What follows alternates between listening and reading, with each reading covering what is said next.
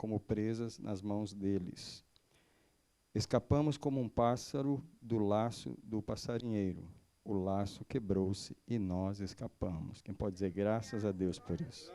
Então vamos orar. Pai, abençoa a Tua palavra em nosso coração, abençoa o nosso espírito, abençoa nós que vamos ouvir e o pregador que vai falar. Que o Teu Espírito domine essa reunião, esse momento é do Senhor. Eu celebro mais uma vez a oportunidade de compartilhar a Tua palavra com os Teus filhos. Seja bem-vindo essa noite, em nome de Jesus. Amém. Você pode sentar diante do Senhor nessa noite. Bem-vindo aos irmãos que já estão aqui para o nosso estudo bíblico, cujo tema hoje é porque ele te livrará do laço do passarinheiro. Então, eu gostaria que você hoje vai poder escrever e anotar as coisas que estão na televisão, né? Hoje a gente vai poder usar a tecnologia em nosso favor. E aí está justamente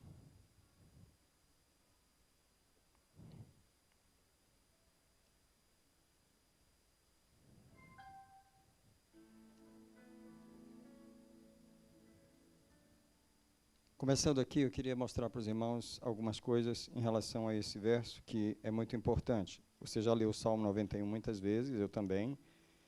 E no momento que eu estava meditando nesse salmo, o Senhor começou a falar comigo sobre o passarinheiro, que é aquele que quer levar para a prisão os passarinhos. Eu não vou perguntar aqui quem já caçou passarinho no Brasil, senão hoje você vai representar o diabo. Que é aquele que gosta de prender os que estão voando livremente por aí. Esse é o passarinheiro, é aquele que arma uma armadilha para tirar a liberdade daqueles que andam com liberdade por aí. Naturalmente que ele odeia a liberdade dos que estão livres, e o diabo é o passarinheiro aqui, do qual o Senhor diz que vai nos livrar. E ele faz planos todos os dias contra a nossa liberdade. Segunda coisa que eu quero introduzir é dizer que o ser humano são os passarinhos. E eu penso que essa ideia é muito boa para nós. Domingo passado nós falamos aqui sobre as ovelhas. Nós somos mesmo as ovelhas. E não é um cumprimento muito bom para a gente. Porque falar de ovelha é falar que é um animalzinho que não tem direção, que não tem muita visão, que é meio Maria, vai com as outras, não sabe se defender. Ser ovelha não é muito bom. Aliás, ele nos fez ovelhas por causa da nossa dependência. Ele quer mostrar o quanto nós somos dependentes. E hoje eu queria trazer essa ideia de que nós somos os passarinhos. E passarinho, por mais esperto que eles sejam, eles sempre caem nas armadilhas.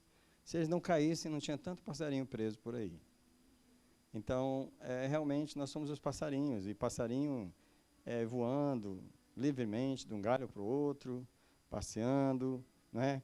Desfrutando das árvores, do verão, da temperatura, e eles não estão muito atentos a armadilhas, eles não estão muito atentos com as armadilhas. E, infelizmente, isso fala muito do ser humano, isso mostra muito quem o ser humano é.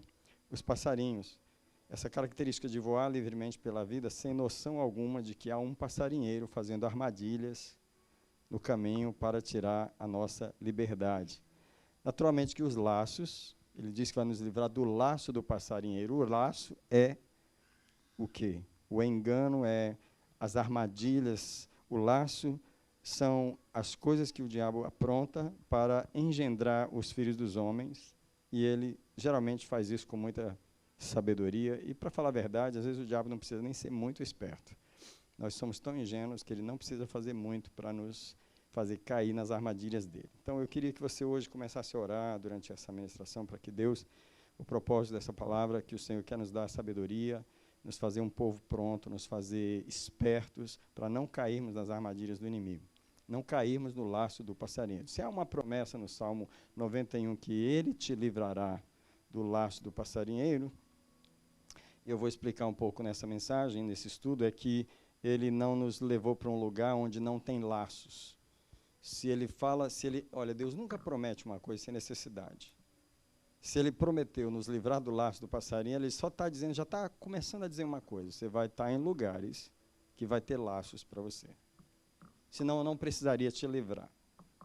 Então eu quero louvar a Deus, porque Ele quer levantar um povo pronto, um povo apercebido, um povo que não cai nos laços do maligno. E o estudo hoje, ele vai nos mostrar justamente como a igreja, o povo de Deus, pode ser menos ingênuo, ser mais esperto, como Jesus disse, prudente como as serpentes, tá? Apesar de ser simples como as pombas. Tá? Essa é uma combinação perfeita do crente, como ele deve ser.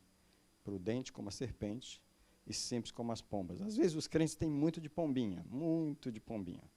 É a simplicidade, mas não tem muito de serpente.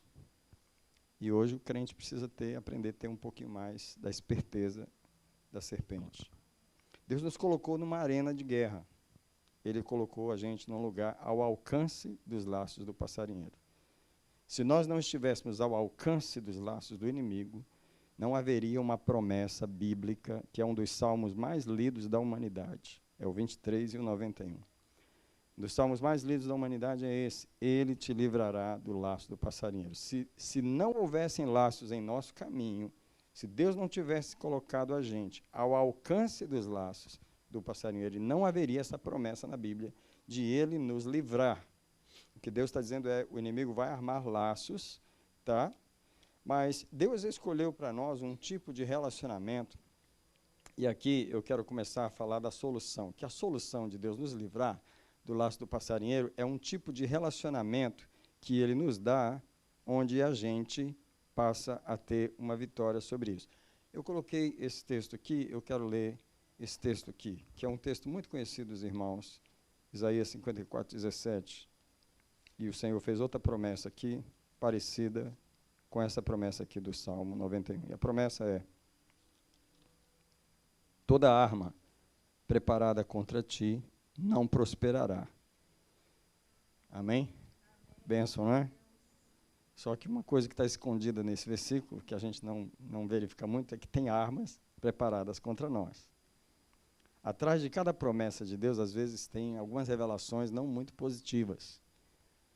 Se Ele prometeu que nenhuma arma preparada contra nós prosperará, mas não está dizendo que não vai ter nenhuma arma. Vai ter. Vai ter coisas preparadas contra nós. Tá? E toda língua que se levantar contra ti em juízo, tu a condenarás. E aqui eu tenho falado com os irmãos sobre as acusações do inimigo contra nós na corte celestial. São as línguas que se levantam.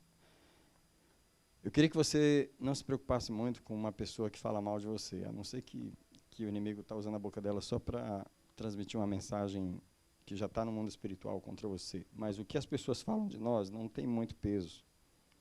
Agora, o que o inimigo fala de nós na corte celestial é mais fundamentado, porque ele vem com uns argumentos muito legais, muito baseados na realidade. Então, essa língua que se levanta contra nós em juízo não é a vizinha que fala mal da gente, não é aquela colega de escola que não gosta da gente, não é aquele motorista que achou ruim que você passou na frente dele, não é um ser humano. Essa língua que se levanta contra nós em juízo é a língua do maligno, do adversário.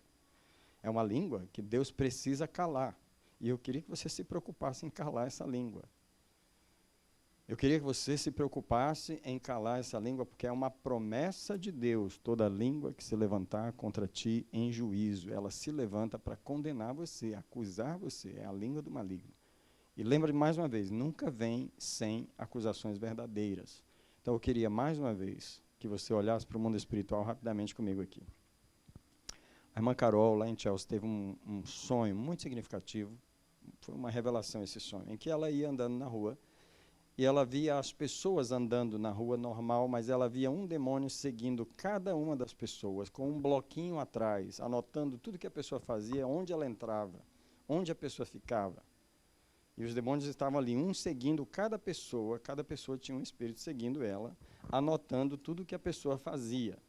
Inclusive, ela encontrou o espírito que estava seguindo ela. Ele estava meio querendo se disfarçar, mas ela confrontou ela. Ela falou: você é o espírito que me vigia, que me segue, que anota tudo contra mim. A palavra de Deus diz que os anjos do Senhor acampam-se ao nosso redor. Amém? Mas não é só isso. Tem um outro que nos segue também, anotando as coisas erradas. Quando nós erramos, nós temos que ter em mente Porque às vezes o crente só se preocupa com Deus. Fala essas palavras comigo, que é uma das maiores realidades da Bíblia cristã. A Bíblia do crente é essa. Eu me preocupo com Deus. Porque quando você peca, você, oh meu Deus, me perdoa, meu Deus, oh Senhor, me perdoa. E, tudo bem, amém. Só que você não lembra que o seu adversário também viu isso. E que ele também registrou isso. E que isso está indo para o livro dele. Entendeu? E que quando nós resolvemos os pecados com a confissão, nós não estamos resolvendo só no livro de Deus. Nós estamos resolvendo no livro do inimigo, porque agora ele tem que apagar aquilo que foi confessado. O que nós confessamos para Deus, com o sangue de Jesus, é apagado. Mas o que não confessamos, o que nós não sabemos, tá? Eu queria que você tivesse em mente que Davi, nos Salmos, ele sempre ora contra os seus inimigos, tá? E eu não sei se você já percebeu uma oração que Davi faz, que é uma oração bem ousada, que eu faço de vez em quando.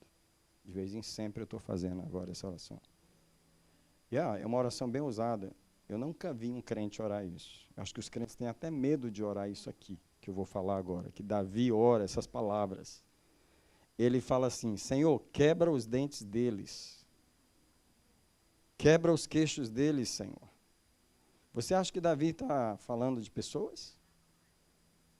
Davi está se referindo a uma expressão forte, onde ele está se referindo a espíritos que estão falando legalmente contra ele na corte celestial. Antes de eu esquecer, obrigado por essa camisa linda que eu ganhei domingo aqui na igreja, que eu já estou usando para vocês verem quanto eu aprecio o seu carinho por mim. Obrigado. Mas vamos lá. Toda arma preparada contra ti não prosperará. Toda língua que se levantar contra ti em juízo, tu a condenarás, porque esta é a herança do Senhor e a sua justiça que de mim procede para os meus servos. Amém? Amém. Agora fala comigo assim, atrás de uma promessa, tem um perigo. Porque se ele prometeu livrar das armas, é porque vai ter arma projetada. Se ele prometeu ajudar a condenar a língua, é porque vai ter língua falando. Então, fala só para você aí, se prepara para a guerra, vai. Porque você tem que estar pronto para a guerra. A lição de hoje tem esse objetivo. A promessa aqui, ele te livrará do laço do passarinheiro. Como é que ele vai fazer isso? Uma das formas que o Espírito Santo vai fazer isso é através de um relacionamento específico com Deus. Deus quer que eu e você tenhamos um tipo de relacionamento com Ele, que a gente não caia no laço. Agora, enquanto eu meditava nesse texto, o Senhor falava isso comigo, eu não livro vocês de andarem em caminhos que têm laços. Come on, gente. Come on, eu não livro vocês de andarem em caminhos que têm laços. Mas eu acredito tanto no meu tipo de relacionamento, que é um relacionamento que vocês nunca vão cair no laço. É como se o diabo falasse para Deus assim, eu aposto que eles vão cair. Deus está dizendo, eu aposto que eles não vão. Mas o diabo está falando, mas eu aposto que eles vão cair, eles são bobinhos demais. Deus está dizendo, eu aposto que eles não vão cair, eles têm um relacionamento comigo. Eles vão se desviar, eu vou desviar eles dos laços. Eu livrarei eles dos laços do passarinheiro. Deus não impede o inimigo de colocar laços no nosso caminho, nós estamos no território dele, mas a promessa é, diga comigo, ele te livrará do laço do passarinheiro. Então alguém dá glória a Deus um minutinho aí, louva o Senhor, porque ele vai nos livrar, não importa o que passe em nosso caminho, ele vai nos livrar. Sabe, esse relacionamento é um andar tão próximo com Deus, por favor, tenha cuidado, um andar próximo. Porque tem gente, irmão, que gosta de servir a Deus à distância. De longe. Quanto mais longe de Deus, mais fácil de cair no laço. Quanto mais perto, mais provável que você não vai cair. Então, chegue perto do Senhor, tá? Chegue perto dele. Deus escolheu não nos livrar do risco de cair nos laços, mas decidiu nos livrar pelo caminho da revelação, o caminho do discernimento. Essas palavras, você precisa amar essas palavras. A intimidade com ele ao nível de que você nunca cai num desses laços. Deus nos livra do laço, nos preparando para reagir de uma forma que o inimigo não consiga nos enganar. O laço é de quem? Do passarinheiro. Ele faz como? De um jeito que o passarinho possa cair. Só que Deus, ele nos treina de um jeito que a gente não cai no laço. Amém? Ele nos livra nos dando um estilo de vida que impossibilita você de ignorar as armadilhas. Eu queria perguntar, se você tem um estilo de vida com Deus que torna impossível você ignorar as armadilhas do inimigo. Irmão, tem crente que não tem isso aqui não. A maioria dos crentes que eu conheço, não daqui de Malva, aqui, a igreja aqui está ficando poderosa, mas a maioria dos crentes que eu conheço, eles não têm um estilo de vida que ajuda eles a não ignorar, a maioria ignora as armadilhas do inimigo. Cai nas armadilhas facilmente, escorrega para elas. Não tem essa percepção que eu estou falando aqui. É um espírito de prontidão, é um espírito de alerta, de discernimento. Você precisa amar essas palavras. Deus não nos livra não impedindo o inimigo de colocar laços. Não, quer colocar laço, ele deixa. Mas ele nos prepara para não cairmos. Deus nos aposta no nosso relacionamento. Por isso ele permite o risco. Deus permite o risco, porque ele crê no nosso relacionamento com ele. Tá? Ele não nos tirou do território onde os laços são armados. É como se a gente andasse num caminho minado. Fala para mim se não é. Quantas minas não explodiram debaixo dos nossos pés? Porque o Senhor nos desviou delas. Mas a gente viu que tinha uma mina lá. Podia explodir. Poderia ter machucado. Poderia. Quantos poderiam a gente fala aqui no domingo à noite? Quantos livramentos a gente testemunha? Os laços nos quais nós não caímos nele. Eu queria levantar a mão minha e a sua, um minutinho, para adorar o Senhor, pelos laços que nós não caímos nele. Agora, um minutinho, por favor. Alguém levanta a mão para o Senhor e diz, eu quero te agradecer pelos laços que eu não caí. Poderia ter caído, mas não caí, porque o Senhor me livrou. Quero te agradecer pelos livramentos do Senhor na minha vida, na vida dos meus irmãos. Nós celebramos hoje essa palavra em nossa vida. Obrigado por livrar nossos filhos, livrar nossos pais, livrar nossos amados, nossos entes queridos, livrar da morte, livrar dos ataques. Obrigado por nos livrar do laço, em nome do Senhor Jesus. Amém, amados? Deixa eu dizer mais uma vez, que esse livrar é um capacitar para lidar com o engano. Deus precisa me capacitar para lidar com o engano. Deus precisa me capacitar para lidar com o engano. Alguém diz comigo, eu preciso saber lidar com o engano. Você vai entender que esse foi um espírito que ele foi o primeiro espírito que tentou atacar o homem. O que Satanás fez no jardim? Enganou a Eva. Enganou o homem. Então, esse livrar do laço não é algo que Deus faz independente de nós. Queria dar um exemplo aqui, André. Vem cá, rapidinho aqui para me ajudar. Senta aqui nessa cadeirinha. E aí, fica paradinho aí, não faz nada. Por quê? Porque Deus prometeu que vai te livrar do laço. Então, anda por onde você quiser, faz o que você quiser, né? Relaciona com quem você quiser, se envolve com quem você quiser. Afinal de contas, Deus não prometeu que vai livrar do laço? Não importa onde eu andar, Deus vai me livrar do laço. Absolutamente não. Esse livrar do laço não é uma coisa que Deus faz assim, pode. Vive a sua vidinha do jeito que você quiser, que eu te livro. Não. Existe uma participação nossa. Existe uma participação nossa. Não é algo que Deus faz independente de nós. Uma vida displicente, uma vida negligente, uma vida preguiçosa, uma vida de qualquer jeito que eu vou te livrar do laço. Não, não, não, não. Esse livrar é um capacitar para não cair nas armadilhas do inimigo. Fica de pé. Pronto, ficou de pé. Pronto. Já livrou de uns laços que o inimigo estava querendo amarrar ali, na cadeira. O inimigo já não vai amarrar ele na cadeira. Por quê? Mas foi Deus que botou ele de pé? Ou foi ele que ficou de pé? Ele teve uma atitude. Uma atitude que vai impedir ele de cair no laço. Preste atenção que Deus tem uma parte nesse livrar, mas que nós temos outra parte no outro livrar. Aí Deus fala, além de ficar em pé agora, tá? Vou te treinar. Vou treinar teus olhos para dar uma olhada. Dá uma olhada no horizonte. Olha lá. Olha os inimigos lá. Esses aqui não, é os inimigos mesmo. Entendeu? Olha ele, olha um escondido lá. E Deus está treinando o quê? Os olhos. Agora Deus vai livrar o crente ceguinho. Crente ceguinho. Não vê nada, não tem visão espiritual, mas Deus vai me livrar. Deus vai me livrar. Abre o olho, crente. Fala para o crente. Abre o olho, crente. Sabe por quê? Deus tem que treinar você para que possa Ele te livrar do laço.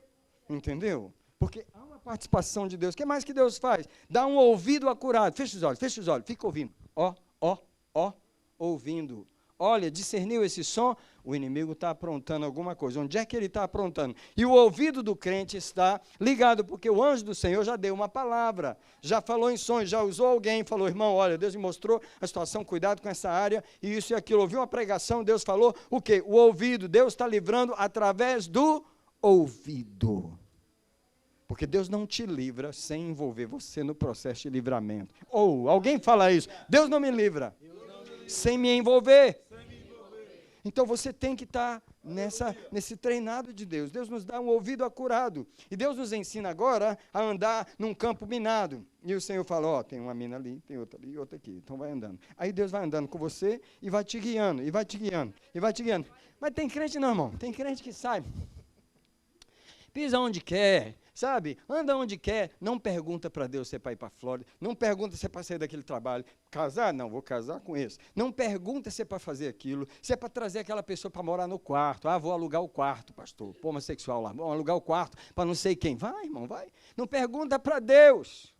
Tem crente, irmão, que ele mesmo arma o laço. Agora eu te pergunto, como é que Deus livra você de um laço que você mesmo arma?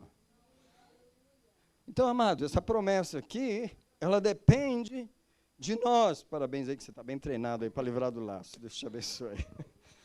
Amém, queridos? Deus diz ao inimigo assim, ó, pode colocar o laço, sabe por quê? Eu treinei um povo que não cai nos seus laços. Irmão, tem crente me olhando aqui, mas eu quero que o crente me olhe mesmo agora. Porque eu quero te perguntar, vou até fechar o olho para não olhar para você. Você é uma pessoa treinada a não cair nos laços do inimigo? Você é uma pessoa que, por mais que o inimigo tenta, você não cai na dele? Você é essa pessoa? Você é essa pessoa treinada na palavra, treinada na palavra, treinada na palavra, porque as armas de Deus são espirituais, né? A arma de Deus não é, senta 50 vezes no banco da igreja que tu vai estar, não, a arma de Deus não é essa. Também, prega 50 pregações que tu vai estar perfeito. A arma de Deus não é ministério, a arma de Deus é a palavra. E a arma de Deus é a presença. Eu quero te perguntar se você tem discernimento para discernir o inimigo e não cair nos laços dele. Se você já aprendeu a desconfiar das suas emoções, que é um lugar onde o inimigo empurra a gente e a gente cai no laço dele assim, brincando, é as emoções.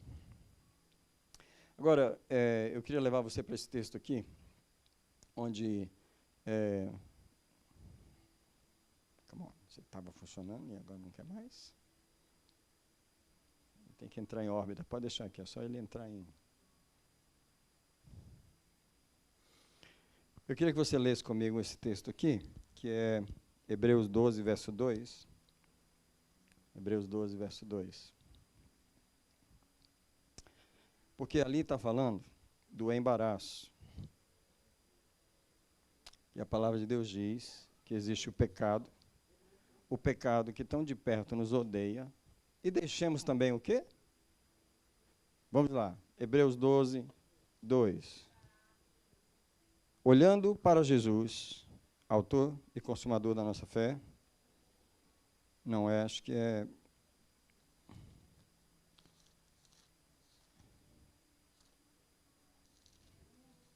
É o versículo 1, né? Deixemos, portanto, também, estando nós rodeados de uma tão grande nuvem de testemunhas, é o verso 1, deixemos todo o embaraço e o pecado que tão de perto nos rodeia. Alguém fala comigo? Pecado e embaraço. Se a Bíblia falou duas coisas, é porque elas são diferentes. Tem coisa na vida do crente que não é pecado, mas é embaraço.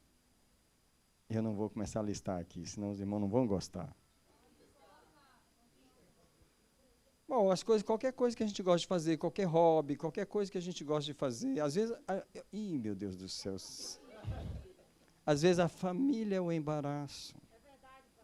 Porque os sentimentos humanos, os afetos humanos se tornam um dos maiores embaraços da nossa vida. Muitas vezes nós não obedecemos a Deus por causa dos afetos humanos que nós temos com parentes, com filhos, com cônjuge, com pessoas. Nós desobedecemos a Deus. Isso se torna um embaraço. Não são pecados em nossa vida. Às vezes um hobby.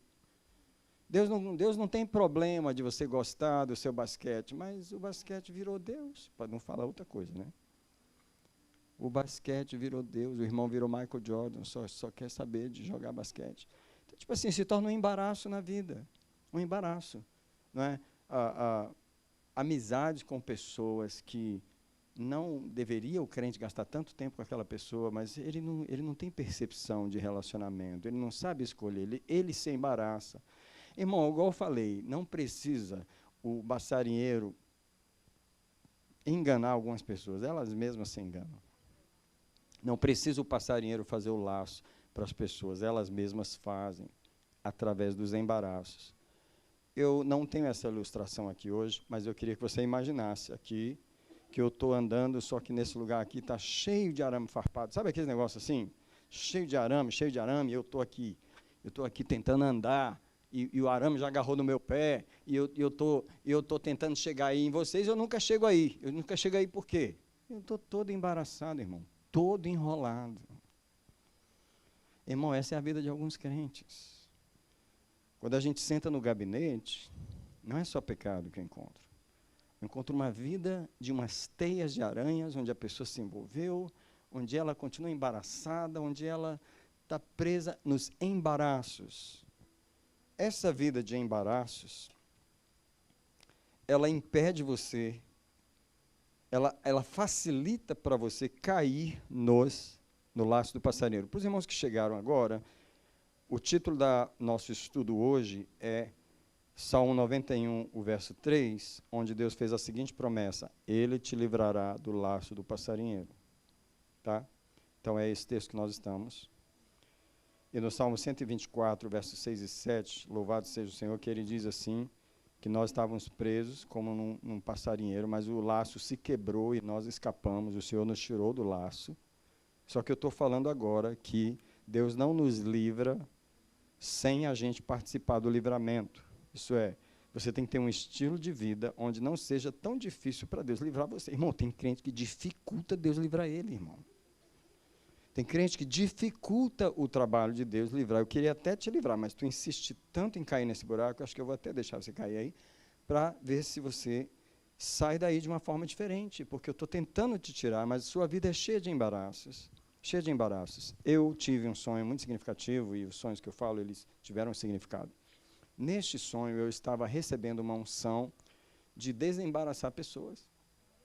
E a unção era a seguinte: eu estava recebendo um discernimento de, olha, presta atenção, quantas voltas ao contrário eu teria que ajudar a pessoa a dar para desembaraçar a vida dela. Porque a vida das pessoas é assim, uma fase, mais um dia, então mais uma roda, mais uma volta naquele embaraço, mais um ano naquela vida, mais um ano naquele embaraço. Mas quantas voltas que foi dado nessa vida que viveu desse jeito, e agora chegou aqui no pastor Daniel. Agora ela falava assim, me desenrola aí, pastor. Eu falei, irmão, vai ter que dar muita volta ao contrário para tirar você desse embaraço que você está. Mas é isso que a palavra de Deus faz. Ela nos livra do laço. Às vezes nós permitimos coisas em nossa vida que nos predispõem a cair. Nós armamos laços para os nossos próprios pés, facilitamos o trabalho do inimigo. Porém, Deus quer nos livrar do laço do passarinheiro. Agora, o problema é quando você mesmo é o seu passarinheiro. Ai, Jesus. Você se engana a si mesmo e dificulta para você mesmo. E aí falta-lhe um tipo de postura que permita a Deus livrá-lo dos laços. Eu queria fazer uma pausa aqui. Parar de falar do espiritual e falar um pouquinho do natural. Do natural é o seguinte, existe a operação do mundo espiritual que prende as pessoas. Mas, irmão, às vezes, as pessoas, elas param de se autodesenvolver. O ser humano é um ser que foi criado para estudar. Irmão, tem gente que não gosta de estudar, não. Não gosta de aprender, não. Tem gente que gosta mesmo, não se desenvolve. Tem gente que passa a vida, tipo assim, começou a trabalhar, começou a ganhar dinheiro, pagar as contas, acabou. É isso aqui mesmo. Não se desenvolve. O que ela não percebe é que o estado de entendimento, pouco entendimento que ela tem, facilita para o inimigo embaraçá-la. E muitas vezes a gente está tentando desembaraçar alguém que nem Deus pode desembaraçar. Por quê? A pessoa ela não se desenvolve, ela não busca um entendimento melhor das coisas, ela não busca aprender um pouco, ela não se desenvolve como pessoa. Às vezes eu estou tentando treinar alguém para lutar contra o inimigo, mas ela não sabe nem lutar contra ela mesma. Ela não sabe nem lutar contra o mundo, ela não sabe nem... Sabe como, quando você não aprendeu nem a viver, como é que você vai saber lutar com o inimigo? Você não aprendeu nem a viver. Você está entendendo, irmãos, o que eu estou falando? Falta de desenvolvimento pessoal. Não é falta de inteligência, não. Tem, mas não desenvolveu. Falta de estudo, falta de preparo.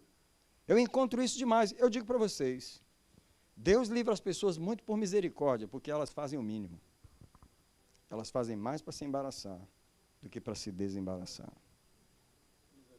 Infelizmente é. Uma ingenuidade, sabe?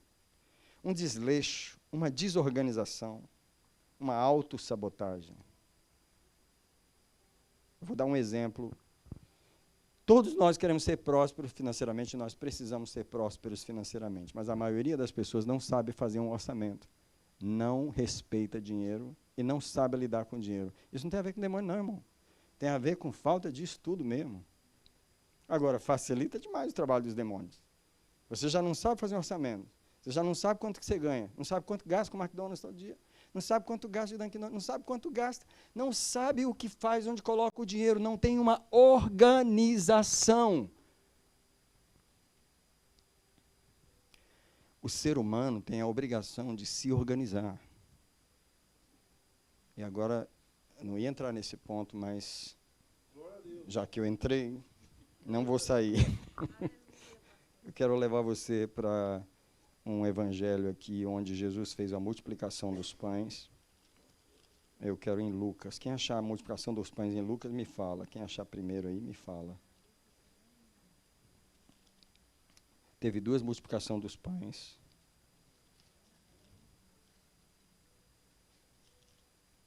Eu queria mostrar para vocês o que Jesus fez antes de multiplicar os pães. Qual? Lucas quanto? Lucas 9, a partir do verso 10. Quando os apóstolos voltaram, haviam feito, levando consigo... Não, peraí. Lucas 9. Ok, verso 14. Lucas 9, 14. Jesus está multiplicando os pães, são 5.000 homens, né? Então, eram 5.000 homens, e aí, fora mulheres e crianças, vamos colocar 10.000 pessoas aí, pelo menos, tá? E Jesus disse aos discípulos, o quê? Fazei-os reclinar-se em grupos de 50 cada um. Alguém já prestou atenção nisso? A gente só pensa assim, que Jesus pegou o pão, levantou, orou e distribuiu para o povo, tudo misturado. Não. Eu queria saber quanto tempo leva para organizar 10.000 pessoas em grupo de 50. 12 discípulos organizarem 10.000 pessoas em grupos de 50. Alguém diz comigo, devagarinho assim, organização. Deixa a palavra descer no seu espírito aí. Sabe o que eu percebo? Deus desembaraça mais rápido pessoas organizadas do que pessoas desorganizadas. Aliás, tem pessoas desorganizadas que Deus não tem nem como desembaraçar elas. Por quê? A desorganização delas é um testemunho legal do inimigo contra elas. Quando Deus vai desembaraçar, o diabo diz assim, mas espera aí, você vai desembaraçar essa bagunça que ele continua fazendo? Como é que você pode desembaraçar isso se ele continua fazendo a mesma coisa? Está entendendo, irmãos? Tem coisa que não é espiritual. Você sabe quanto você gasta de energia por ano na sua casa? Eu sei. Você sabe quanto você gasta de gasolina por ano? Quanto você gasta? Você sabe quanto você gasta por mês para comer? Você sabe? Você tem um orçamento? Eu estou falando só de dinheiro agora, para não falar de outras coisas.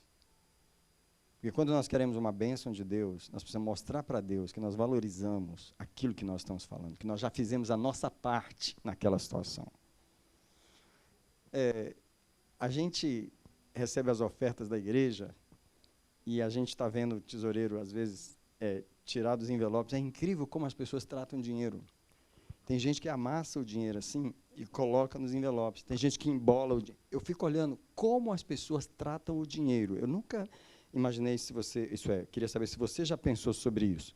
Mas nós que lidamos com os envelopes da igreja, às vezes, a gente percebe como umas pessoas são bem organizadinhas e elas colocam o dinheiro, elas tratam a própria nota, o jeito que você trata a nota. Você, pastor, agora você foi longe demais. Bem, eu não sei se eu fui longe demais, não.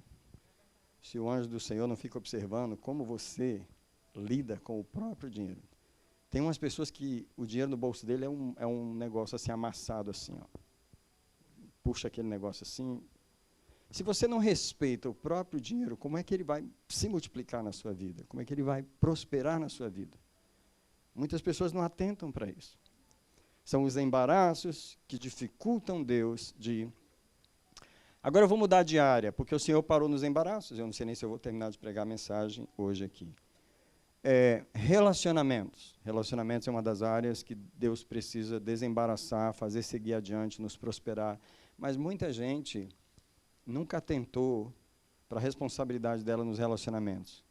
Sai de um lugar, muda para outro, deixa relacionamentos quebrados. Sai de uma igreja, muda para outra, deixou um monte de relacionamentos quebrados. As pessoas não se importam em fazer as coisas certas, fazer direito, dar satisfação para as pessoas. Vou te dar um exemplo da nossa cultura. Você chama alguém para trabalhar com você, a pessoa acabou de chegar do Brasil, que não tenha ninguém aqui hoje. Mas a pessoa vai trabalhar um dia, 2, você pega ela, leva, ela não gosta do trabalho, ela não te fala que ela não está gostando, ela já arrumou outro, não te avisa, ela só não aparece mais, ela some, você não sabe onde ela está. As pessoas não sabem entrar pela porta e sair, elas não sabem fazer umas coisas, elas são cheias de embaraços em si mesmo. O inimigo, para Deus te livrar desses embaraços, você não está facilitando para ele. Não está facilitando. São coisas que eu vou embora, senão eu fico preso aqui. Eu queria falar sobre esse problema do ser humano, que é causar engano em si mesmo. Você funciona quando quer. Então, Efésios 4, 22, quero compartilhar com você.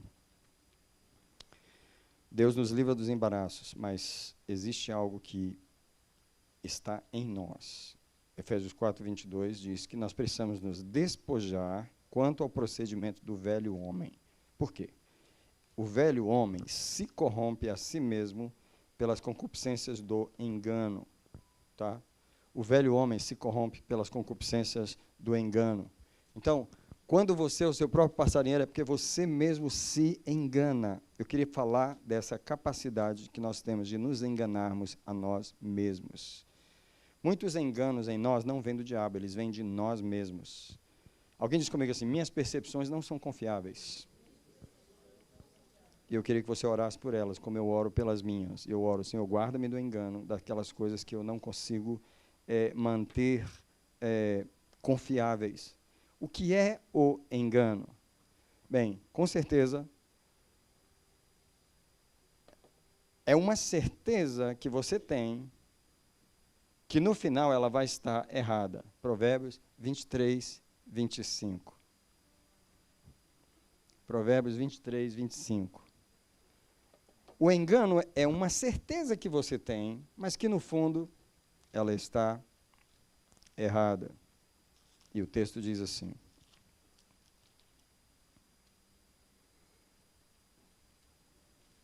Provérbios 16, não 23. Há um caminho que ao homem parece direito, mas o fim conduz à morte. Como é que o homem entra num caminho de morte? Sendo que nunca, nas percepções dele, aquele caminho parecia ser um caminho de morte. Eu queria que você pensasse nisso um minutinho. O ser humano é um ser que é capaz de entrar num caminho de morte que para ele nunca pareceu ser um caminho de morte. Nossas percepções não são confiáveis. Nós nos enganamos a nós mesmos. Às vezes o passarinheiro não precisa nos mandar o laço. Nós nos enlaçamos em nós mesmos. E você precisa orar sobre essas coisas que eu estou falando. Você precisa orar sobre suas percepções.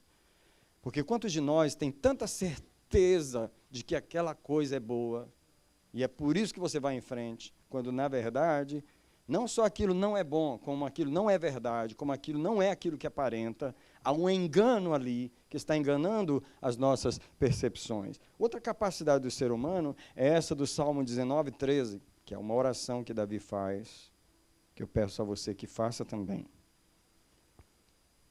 Ele pede a Deus para que o livre da presunção. Tá? Também dos pecados de presunção, guarda o teu servo, ó Senhor. O que é a presunção?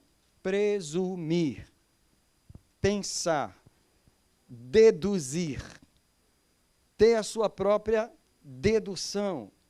Isso é presunção. O ser humano é um ser presunçoso. Ele presume que isso vai ser assim e que vai ser assado. E Deus está dizendo, não é bem assim. Não vai dar tanto assim como você pensa. E Davi, ele reconhece a presunção e ele diz, guarda-me dos pecados de presunção, para que não se assenhoreiem de mim. Então eu serei perfeito e ficarei limpo de grande transgressão. Uma das coisas que o sábio faz é desconfiar das suas percepções. Por isso a oração, por isso a oração, por isso a oração. Deus, eu vim checar meus sentidos. Deus, eu vim trazer minhas percepções. Deus, eu vim trazer os meus pensamentos. Senhor, esse relacionamento que eu estou, para mim está tão maravilhoso. Será que é? Senhor, será que esse é a mulher da minha vida? Senhor, será que esse é o homem da minha... Senhor, esse emprego que eu estou. Senhor, essa casa que eu gostei tanto. Ei, pergunta ao Senhor. Primeiro, gasta um tempo lá.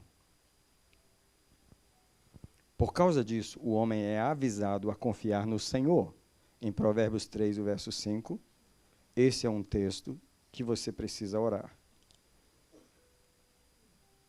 E não é 3, 5, não, irmãos, é 5, 3, tá? Na verdade, é 3, 5, né? É porque eu estou no Salmo. Por isso que não está dando certo. É Provérbios 3, 5. Confia no Senhor de todo o teu coração e não te firmes ou não te estribes no teu próprio entendimento. Uma das dificuldades nossas é que nós temos um entendimento. Se não tivéssemos, seria fácil confiar no Senhor. Mas o fato que eu já tenho uma percepção, eu ignoro a do Senhor. Ah, como seria bom se Deus tirasse de nós essa percepção que a gente já tem, mas Ele não tira. O que Deus sempre faz? Esperando você entregar a Ele essa percepção que você tem sobre aquilo, sobre assado, sobre aquilo outro. Entregue ao Senhor essa percepção que você tem. Qual é a sua percepção no momento? Ah, que esse trabalho que eu vou pegar, esse contrato que eu vou pegar vai ser maravilhoso. Você perguntou para Deus? Você entregou essa percepção a Ele? Ou você já se empolgou? Alguém fala uma das palavras mais perigosas. Empolgar-se. Irmão, o ser humano se empolga com tudo. Se empolga com a pessoa, se empolga com o discurso, se empolga com a aparência, se empolga no próprio Samuel, o profeta Samuel. Chegou na casa de Davi, quando ele viu aquele homão bonito, ele falou, esse é o ungido do Senhor. E o Senhor falou para ele, Samuel, tu também, Samuel, se enganou. Samuel, tu vê como vê o homem, eu não vejo, Samuel, como vê o homem, eu olho o coração. Mas Samuel já tinha achado que Eliabe, o irmão primogênito de Davi, era o homem de Deus. Era o último, era o feinho, o ruivozinho lá.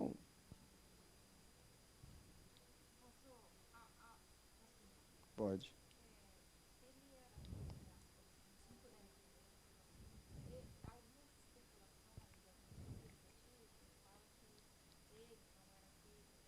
Sim, existe essa possibilidade de que Davi, a irmã está perguntando se Davi talvez não era filho da mesma mãe que os outros filhos eram. Que provavelmente Davi era um caso que o pai dele teve com uma outra pessoa, e por isso que ele não quis incluir Davi nos filhos que ele tinha. É uma especulação porque ninguém tem prova, mas existe essa possibilidade. Mas assim, nasceu em pecado, pode ser também. iniquidade me concebeu a minha mãe, mas se for por esse lado, todos nós fomos. Então, tipo assim, não tem para onde correr, mas existe a possibilidade de que Davi era meio rejeitado como Jefté, que era filho de uma outra pessoa, e o pai dele não queria incluí-lo. Mas Samuel se enganou com a aparência. Então, você precisa orar contra a presunção, tá? Senhor, me guarda da presunção. Quantas vezes você já ouviu falar, mas eu pensei e dava tudo errado, e deu tudo errado. Mas eu fui porque eu pensei. Mas quem te mandou pensar? Tem hora que você não é para pensar, tem hora que é para você investigar as coisas. Quantas vezes deu errado porque você pensou? E não era para pensar, isso é presunção. O homem é avisado a confiar no Senhor, porque nós podemos ser enganados pelo grande enganador, como nós nos enganamos a nós mesmos. A alma humana, ela se engana em sua própria imaginação. Salmo 94, verso 11. Então, quando você for pedir a Deus para livrar você do laço do passarinheiro, o primeiro laço que ele precisa nos livrar é o engano que nós nos enganamos a nós mesmos. Olha que incrível essa palavra do Salmo 94, verso 11. O Senhor conhece os pensamentos do homem, os quais são fúteis, vaidade. O homem se engana na sua própria imaginação. Eu não sei quem sabe aqui qual é o seu temperamento, mas a pessoa de imaginação mais forte são os melancólicos. E eu sou um desses. Quantas vezes eu pego a minha imaginação quilômetros longe da presença de Deus. Eu falo, o que tu foi fazer aí? Volta para cá agora, te converte de novo. Eu tenho que orar na minha imaginação direto, o tempo todo eu tenho que estar, Senhor, me salva de novo. Porque a minha imaginação foi para um lugar que eu falei, como que a minha imaginação pôde conceber uma ideia dessas? Porque a imaginação do melancólico é muito fértil e ele viaja, é verdadeiramente na palavra viaja. E quantos de nós viaja? O problema é que fica viajando e acha que o lugar é real. Pensamentos que são vaidade. Por isso, a palavra de Deus, agora eu quero, Hebreus 4:12 é um verso que vale a pena parar nele. Vale a pena estacionar o carro aqui, colocar o freio de mão. Vamos estacionar aqui, porque esse texto é muito poderoso. A palavra de Deus para o homem não é uma colher, não é também como um garfo ou um prato, mas é uma espada de dois gumes. E por quê?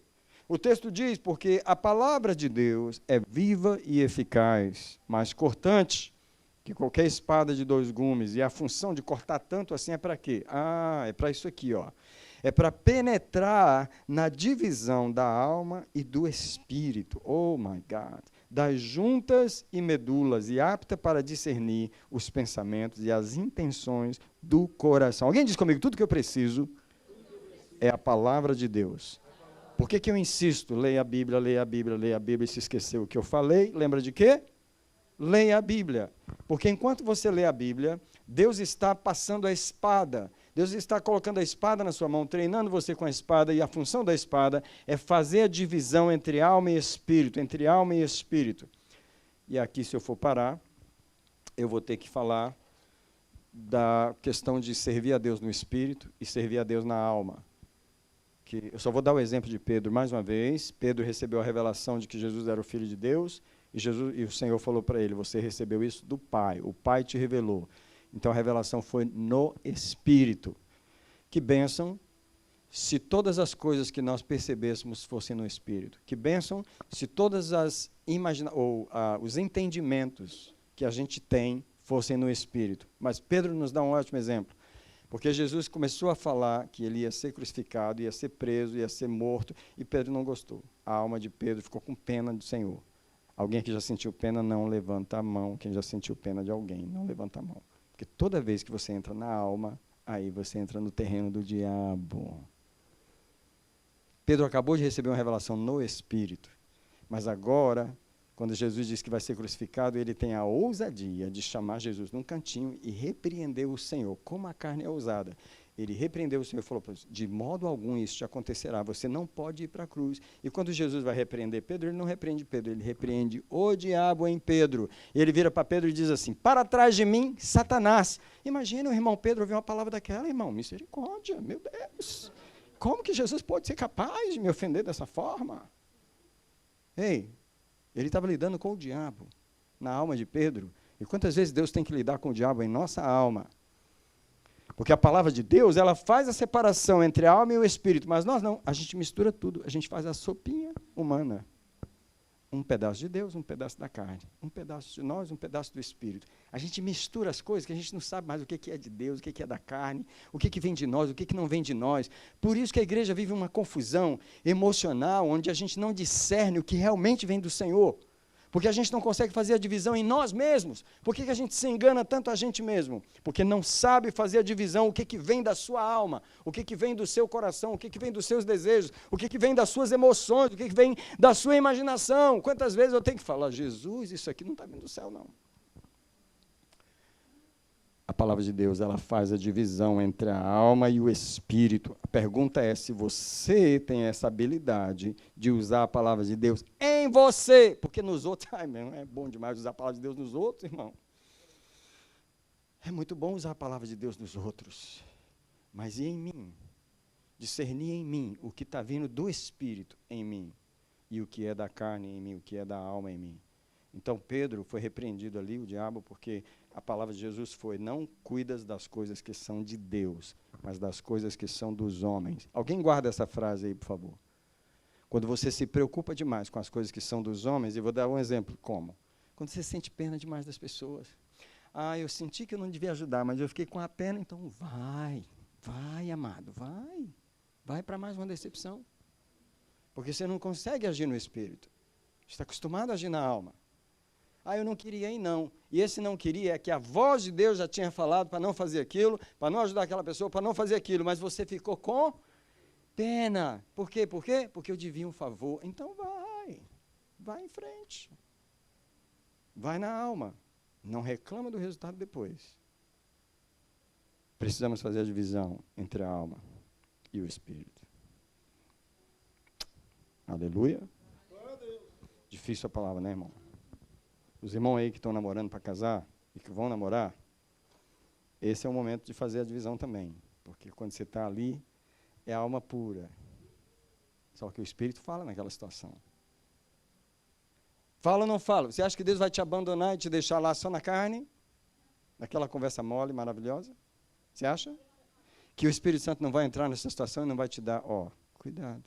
Aqui não é bem assim, não. Você acha que ele não vai falar, não?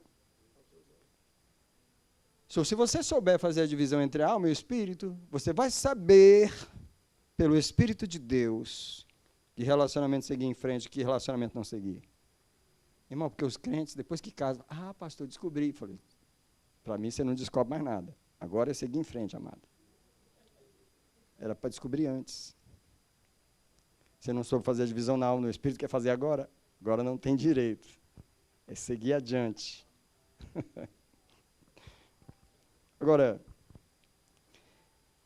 o perigo do engano é quando a gente ignora a palavra de Deus. O engano só vem quando nós nos separamos da palavra de Deus. Olha o sistema que está nesses dois versículos, que é 2 Crônicas, o capítulo, 2 Reis, na verdade.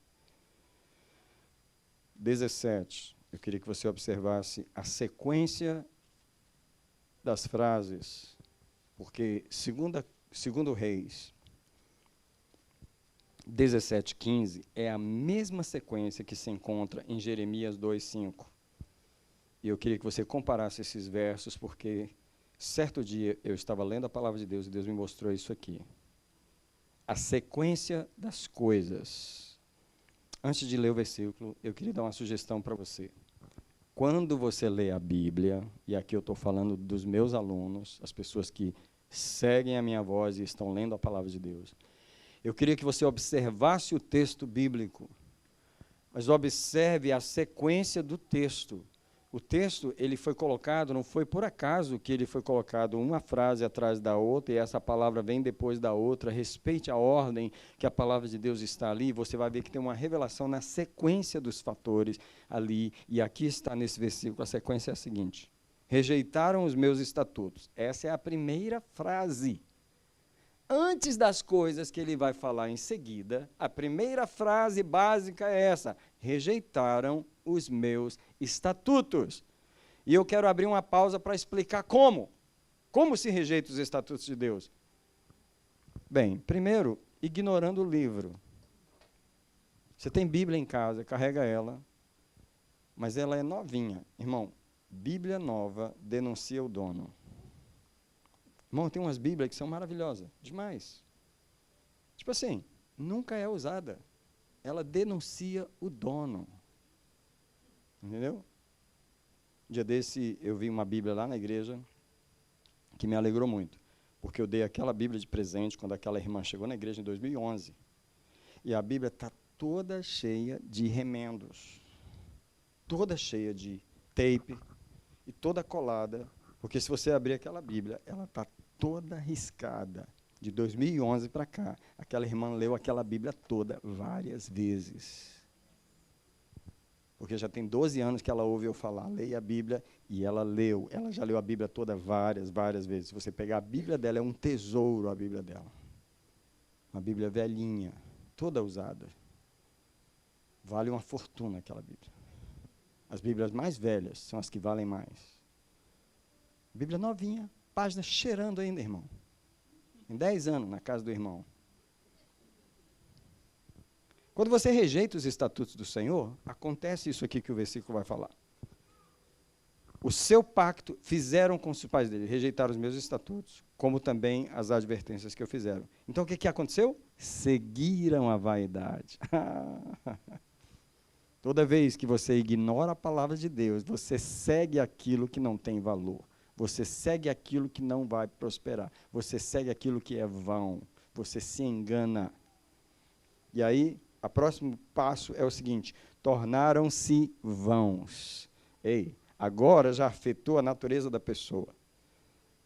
Não só o que aconteceu com ela é vaidade, mas ela se tornou vã.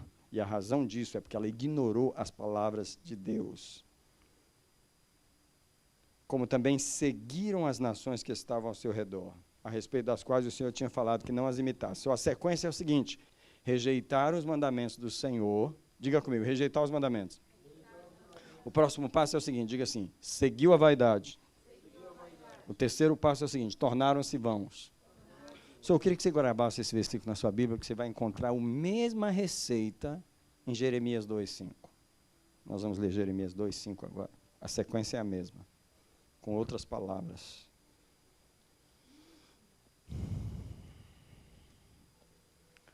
O engano só vem quando nós nos separamos da palavra de Deus. Jeremias 2:5, as palavras estão assim: assim diz o Senhor, que injustiça acharam vossos pais em mim, para fazer o quê? Primeiro, se afastaram de mim. Segundo ponto, foram após a vaidade. E terceiro ponto, se tornaram levianos. Se afastaram do Senhor, ignorando a sua palavra. A única opção que tem é seguir a vaidade e, em seguida, se tornar vão. Mais uma vez, eu vou repetir uma coisa que eu sempre falo, e eu queria sugerir alguém aqui que tem condições de assistir esse documentário no Netflix sobre a igreja da Scientologia, que é a igreja do Tom Cruise. E eu estava ali ouvindo pessoas que saíram dessa igreja, fizeram aquele documentário, e eu estava abismado com o abuso e o sofrimento daquelas pessoas naquela religião falsa. E enquanto eu estava no sofá da minha casa, sentindo pena dessas pessoas, o Espírito Santo me repreendeu e falou comigo assim: por que você está com pena deles?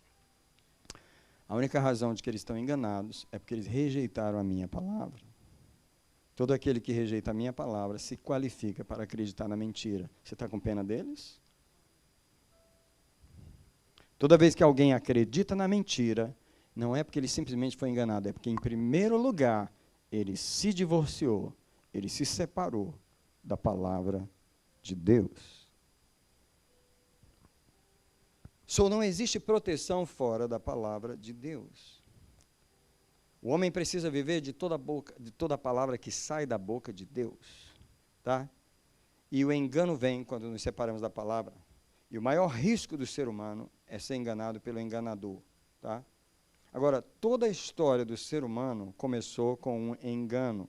E agora nós vamos lá para 2 Coríntios 11, versículo 3. Esse verso está riscado na minha Bíblia já há alguns anos, porque eu gosto de orar contra essas coisas. 2 Coríntios 11, 3, o apóstolo diz para os coríntios: mas temo que assim como a serpente enganou a Eva, presta atenção, com a sua astúcia, assim também sejam de alguma sorte corrompidos os vossos entendimentos e se apartem da simplicidade e da pureza que há em Cristo. Esse verso tem muitas informações importantes. Uma delas é que a vida cristã é simples e a vida cristã discernidora é pura. E quando o diabo começa a sofisticar a vida espiritual das pessoas e os sistemas das igrejas e a forma de adorar a Deus, sofisticar, é um engano que o inimigo está colocando ali. A serpente, com a sua astúcia, enganou a Eva. Mas o Senhor Jesus, ele sempre nos falou: não vos enganeis. Olha, quantas vezes em Mateus 24 está Jesus alertando contra o espírito do engano. E esse é o espírito dos últimos dias, porque Mateus 24 é um texto que está falando sobre a volta de Jesus, o final dos tempos. E quando Jesus está falando sobre o final dos tempos, qual é o espírito que ele mais revela, que a gente tem que ter cuidado, que ele mais chama a nossa atenção? É o espírito do engano. São Mateus 24, o verso 4. Respondeu-lhe Jesus: acautelai-vos, ninguém vos engane. Se eu fosse você, eu orava contra o espírito do engano. Versículo 5. Porque muitos virão em meu nome, dizendo eu sou o Cristo, e enganarão a muitos. Preste atenção no poder do espírito do engano nos últimos dias. No versículo 11, Jesus disse igualmente, onde surgir muitos falsos profetas. Quantos aí, na televisão e em outros lugares? E enganarão a muitos. A tônica de Jesus é a mesma. Enganarão. A tônica de Jesus é a mesma. O espírito do engano. A tônica de Jesus é a mesma. Agora, o versículo que mais me assusta é o verso 24. Porque quando chega aqui, Jesus fala assim: porque onde surgir falsos cristos e falsos profetas, isso aqui, ó, farão grandes sinais e prodígios, de modo que, se fosse possível, enganariam até os escolhidos. O que Jesus está dizendo? O poder do engano é tão forte que, se não houvesse um livramento de Deus desse laço, o poder do engano teria o poder de enganar os escolhidos. Alguém feche os olhos comigo nesse momento para fazer uma oração contra o engano. Alguém, por favor, ouve a palavra de Deus no seu coração para orar comigo nesse momento e dizer: Senhor, eu quero que o Senhor me livre do engano, livra-me do engano, guarda-me do engano. E alguém, por favor, abre a sua boca mesmo, a gente está só ouvindo eu falar, mas alguém diz para Deus aí: olha, eu posso ser enganado, eu posso ser enganado, eu sou um ser humano, eu já me enganei com tantas coisas, eu sou um ser fácil de enganar. E o Senhor está dizendo para eu ter cuidado com o engano, e eu peço: livra-me do espírito do engano, guarda-me do engano, nas minhas emoções, nas minhas percepções, e principalmente, Senhor, do enganador que está no mundo, trazendo coisas e tentando convencer as pessoas. Guarda esta igreja do engano, eu proclamo. Guarda este pregador do engano. Guarda-me, Senhor, do engano. Tu és o que nos protege. Tu és o que nos livra do laço do passarinheiro. Nessa noite, eu proclamo que a tua promessa é real em nós. O Senhor nos guarda do laço do passarinheiro.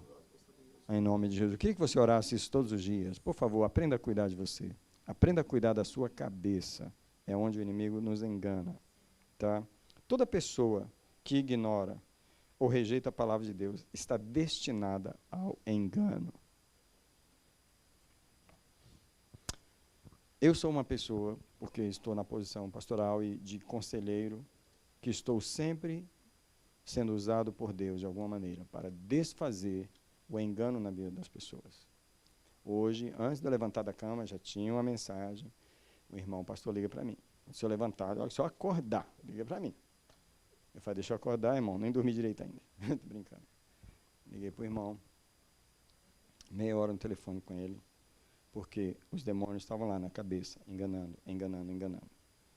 Só que toda vez que eu estou lidando com alguém que está debaixo do engano, eu vejo a ausência da palavra de Deus na vida da pessoa. Não tem como a pessoa estar enganada sem estar distante de uma relação profunda com a palavra de Deus. Por favor, lembre disso. Não fique muito penalizado de quem está enganado, não. Porque eu estava muito penalizado, lembra que eu falei? Eu estava com pena lá do povo. E o Senhor falou para mim, está com pena de quem rejeita a minha palavra? Todo aquele que ignora a minha palavra se qualifica para ser enganado. Não há como escapar do engano da sua própria alma, muito menos do enganador. Apocalipse 20, verso 7 e 8, é só para mostrar o poder do engano, porque a palavra de Deus diz que está dizendo que Satanás será solto, em Apocalipse 20, verso 7, está dizendo assim, Satanás será solto, depois de 1000 anos, e ele sairá a enganar as nações da terra. Ele enganará as nações, ajuntará nos 4 cantos da terra, Gog e Magog, cujo número é como a areia do mar, e ajuntá-las-á para a batalha. Ele enganará as nações. Irmão, um anjo que tem o poder de enganar nações, não vai ter o poder de enganar a mim e a você? Eu quero parar agora na oração do Pai Nosso, porque a oração do Pai Nosso não é uma sugestão de Jesus, é uma necessidade diária. Como o pão, a gente deve orar a oração do Pai Nosso, ou o conteúdo que Jesus ensinou ali para a gente orar, e uma das coisas que Jesus, entre as coisas que Jesus ensinou a orar na oração do Pai Nosso, que são coisas diárias que a gente precisa, é louvar a Deus, adorar o Pai, né? Santificado seja o seu nome. Né? Venha a nós o teu reino, pedir que a vontade de Deus seja feita a sua vontade aqui na terra, no meu território, todo dia, todo dia. Dá-nos o pão de cada dia, todo dia, todo dia. A oração do Pai Nosso é uma coisa de todo dia. Aí uma das partes da oração é, e livra-nos do maligno. E a palavra mal ali não é evento ruim que aconteceu, é o maligno, a personalidade dele.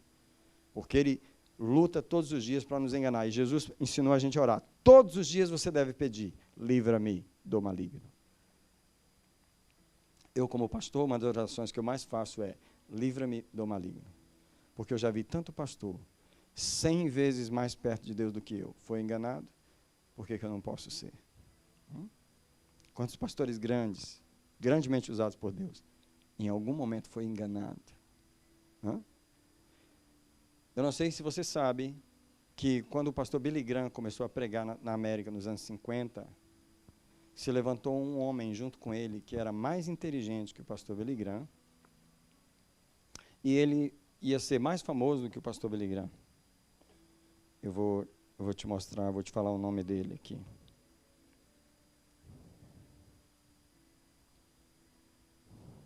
Não é Jimmy Swaggart, não. Charles Templeton. Charles Templeton. Esse homem, ele era mais dinâmico que o Billy Graham. Ele fez mais cruzados que o Billy Graham. Ele pregava para mais pessoas que o Billy Graham. O Billy Graham não era famoso ainda. Eles começaram juntos. Eles juntos fizeram uma organização evangelística que começou com eles junto com mais um outro pastor famoso. Só que depois de algum tempo que eles pregavam juntos, eles eram amigos. Esse Templeton, ele tirou 10 dias para ler os livros dos filósofos. Os filósofos clássicos, Voltaire, não sei quem mais, e não sei quem mais, e não sei quem mais. E nesses 10 dias que ele leu esses livros, o diabo entrou na cabeça dele, o engano entrou na cabeça dele, e ele morreu, esse homem morreu como um ateu, agnóstico. Ele era um americano, ele foi para o Canadá, ele se tornou um jornalista no Canadá, e ele morreu em 2001, se não estou enganado, e o último livro que ele deixou foi Bye Bye para Deus, um adeus para Deus, Farewell to God, é o nome do livro que ele deixou, que é uma apologia ao ateísmo. Eu te pergunto, como é que um homem começa pregando a palavra de Deus, fazendo milagres e curas no mundo inteiro, como que esse homem fazia, que o Billy Graham depois foi que se tornou o grande evangelista conhecido. Mas o nome que a gente conheceria seria Charles Templeton. Alguém diz comigo, há poder no engano. Por isso que você precisa orar. Você precisa orar. Guarda-me, Senhor, do poder da mentira. Agora,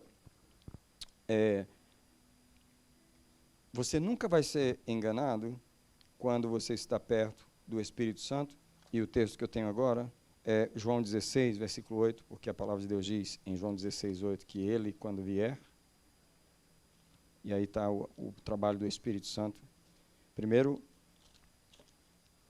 ele convencerá o mundo do pecado, da justiça e do juízo. O Espírito Santo é essa pessoa que está destinada a, se eu estou debaixo da influência dele, ele vai me convencer e me guardar do engano. E no verso 13, quando ele vier, me guiará a toda a verdade, porque não falará por si mesmo, mas dirá o que tiver ouvido e vos anunciará todas as coisas.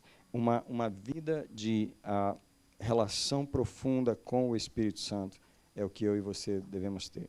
Eu queria ir para o final aqui da minha mensagem, eu não vou prosseguir muito, mas eu queria falar sobre o refúgio das percepções humanas. E o refúgio é o seguinte: o refúgio das percepções humanas, em primeiro lugar, é a palavra de Deus. Você precisa estar cheio dela, e é isso que Colossenses 3,16 diz. A palavra de Cristo habite em vós só um pouquinho já é suficiente. Right?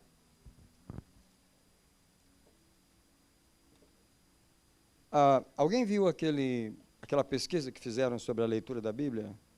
Que uma vez de ler a Bíblia por semana não fazia muito, 2 vezes não fazia muito efeito, 3 vezes também, e só fazia efeito quando você lia a Bíblia 4 vezes por semana. Essa pesquisa científica foi feita.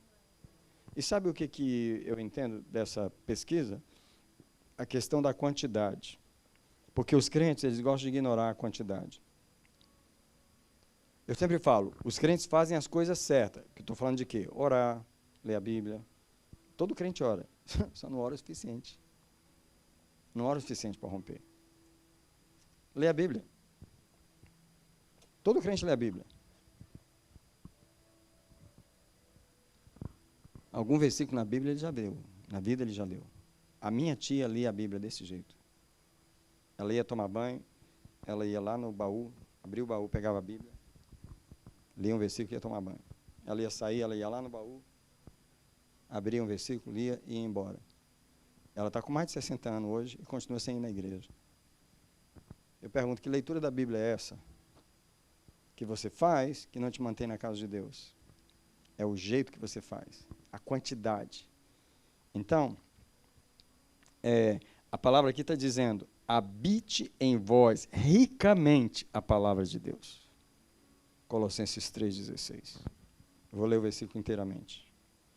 Porque existe uma quantidade necessária para que ela opere em você, em toda a sabedoria.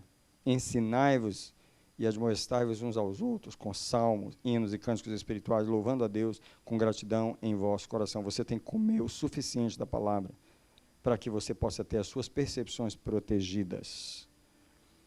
Toda vez que eu estou conversando com alguém sobre uma situação, eu analiso a mentalidade que a pessoa tem. O que eu descubro é que as pessoas têm uma experiência de igreja, mas não têm uma mentalidade bíblica.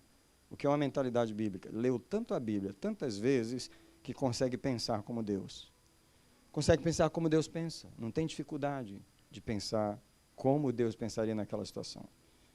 Algumas perguntas que as pessoas me fazem, elas não precisariam fazer, é porque elas não têm uma mentalidade bíblica. Porque se elas tivessem, a Bíblia já responderia as coisas para elas. A Bíblia responde tudo. E se ela não responde o caso específico, deixa eu te falar o que a Bíblia faz. De tão cheio da palavra de Deus que você está, que ela te dá o testemunho de que aquilo não deve ser. O Espírito Santo dá o testemunho em você que aquilo não é correto. Você não precisa que nenhum pastor te diga aquilo é certo ou aquilo é errado. Quando você está cheio da palavra de Deus, o Espírito Santo ele testifica a palavra em você. Ela não permite você ser enganado por uma coisa que você não tem uma resposta.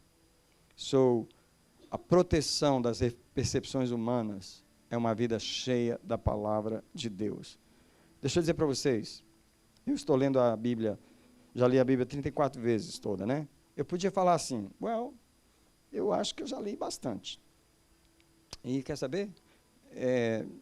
Tá muito bom, porque eu não tenho muita dificuldade para Deus me dar palavras, para pregar. Eu posso meio que estacionar aqui. Sabe o que Deus fala para mim cada manhã? Ele fala assim, se tu não for lá ler de novo, vai esvaziar tudo que está aí. Se tu não for lá valorizar a minha palavra de novo, tudo que está aí, ó, vai esvaziar. Existe um fluir de Deus em nós que depende da nossa continuação com a palavra de Deus.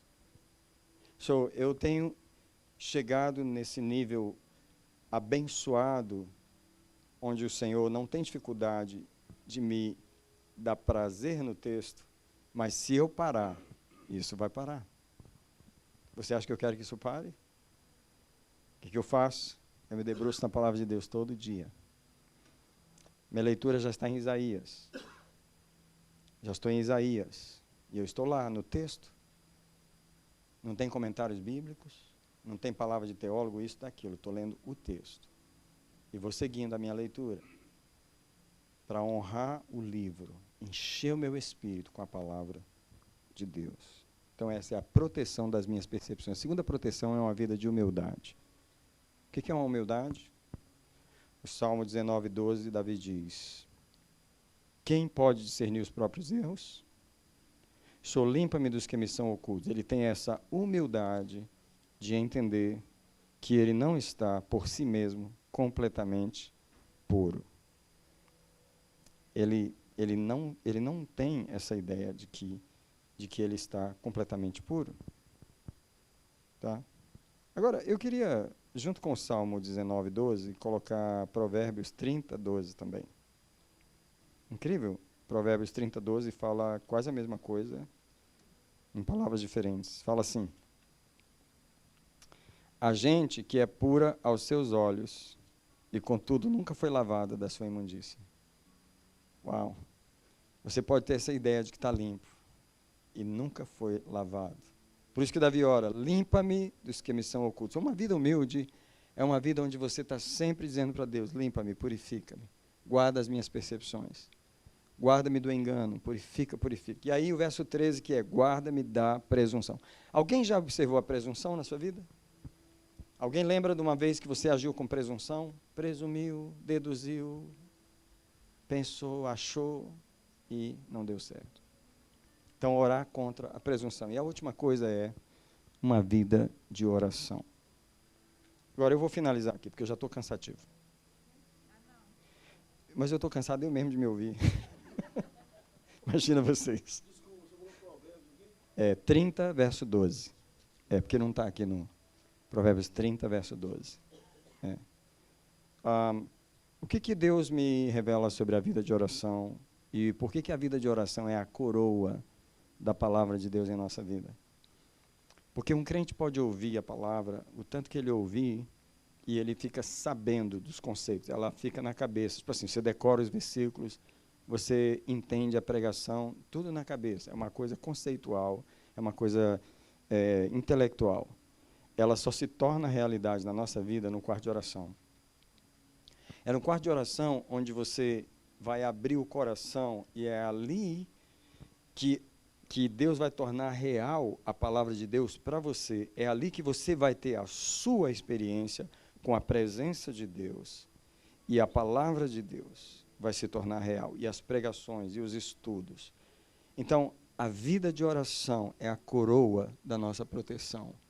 Porque é na presença de Deus que vem o selo, que vem a confirmação em nosso espírito. Eu não tenho palavras aqui para insistir nessa mesma coisa. A vida de oração no quarto, a vida com Deus, estar sozinho com o Senhor.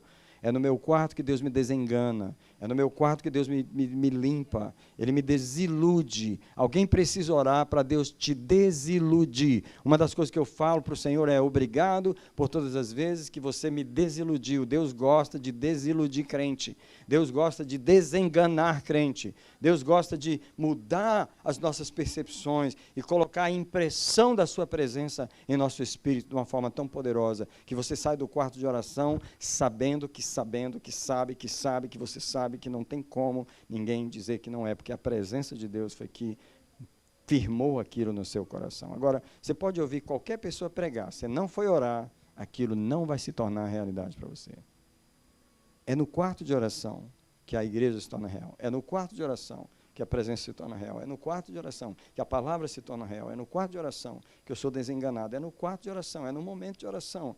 Irmãos, eu pareço cansativo de falar isso, mas eu falo para vocês, quando a gente vive certo, a gente vive desesperado para estar na oração. Quando a gente vive certo. Porque você vive a sua necessidade, o Espírito Santo revela para você mais uma vez. Agora eu falo do cafezinho da noite, né? Hoje vou passar a mesma coisa. Depois do cafezinho, o Espírito Santo, e aí? Vai ficar aí sentado? Ou vai para a minha presença? Porque é onde ele finaliza o meu dia, é onde ele me dá paz, onde ele me... Eu queria falar para vocês agora, finalizando aqui, uma coisa negativa, mas uma coisa que me assustou muito. Depois daquele problema de janeiro 6, que as pessoas invadiram o Capitólio dos Estados Unidos, eu nunca vi nenhum documentário sobre aquilo, eu nunca vi as imagens, eu nunca parei para realmente ver o que aconteceu. Só que ontem eu vi 2 documentários de, acho que quase 6 horas. Eu vi detalhes por detalhes daquele negócio. E uma das coisas que me assustou tremendamente foi ver crentes, rodinhas de crentes americanos, que invadiram o Capitólio, orando lá dentro. Eu falei, que engano tão grande. As pessoas que usaram de violência, sabe, incentivados por aquela mensagem daquele ex-presidente, invadiram o Capitólio, quebraram todas as leis, fizeram toda aquela bagunça, estavam orando lá dentro, com toda a certeza de que Deus estava com eles naquele negócio. Isso é engano, amados. Isso é engano, o espírito do engano. Eu fiquei, assim, desesperado de vergonha e assustado com isso que eu vi. Entendeu? Pastores que estavam lá, naquele rally, pregando, estavam lá, entendeu? Incrível. Como o povo de Deus não discerne Deus, não discerne o coração de Deus. Como é que você pode entrar por um caminho de violência, um caminho político desses? Você não está discernindo o coração de Deus. Tem a Bíblia, prega a Bíblia. Onde é que está essa vida de oração que você não discerne, que você está completamente fora da vontade de Deus? Eu queria convidar você para a gente orar no altar e dizer, Senhor, tem misericórdia de mim. A mensagem de hoje qual foi? Ele te livrará do laço do pecado. Então nós vamos orar aqui no altar e dizer, Senhor, livra-me. É uma promessa do Senhor, então vem me livrar. Deus, obrigado por essa quarta-feira, dia 14 de junho. Quero te agradecer o privilégio de vir na tua casa, ler a tua palavra junto com os teus filhos.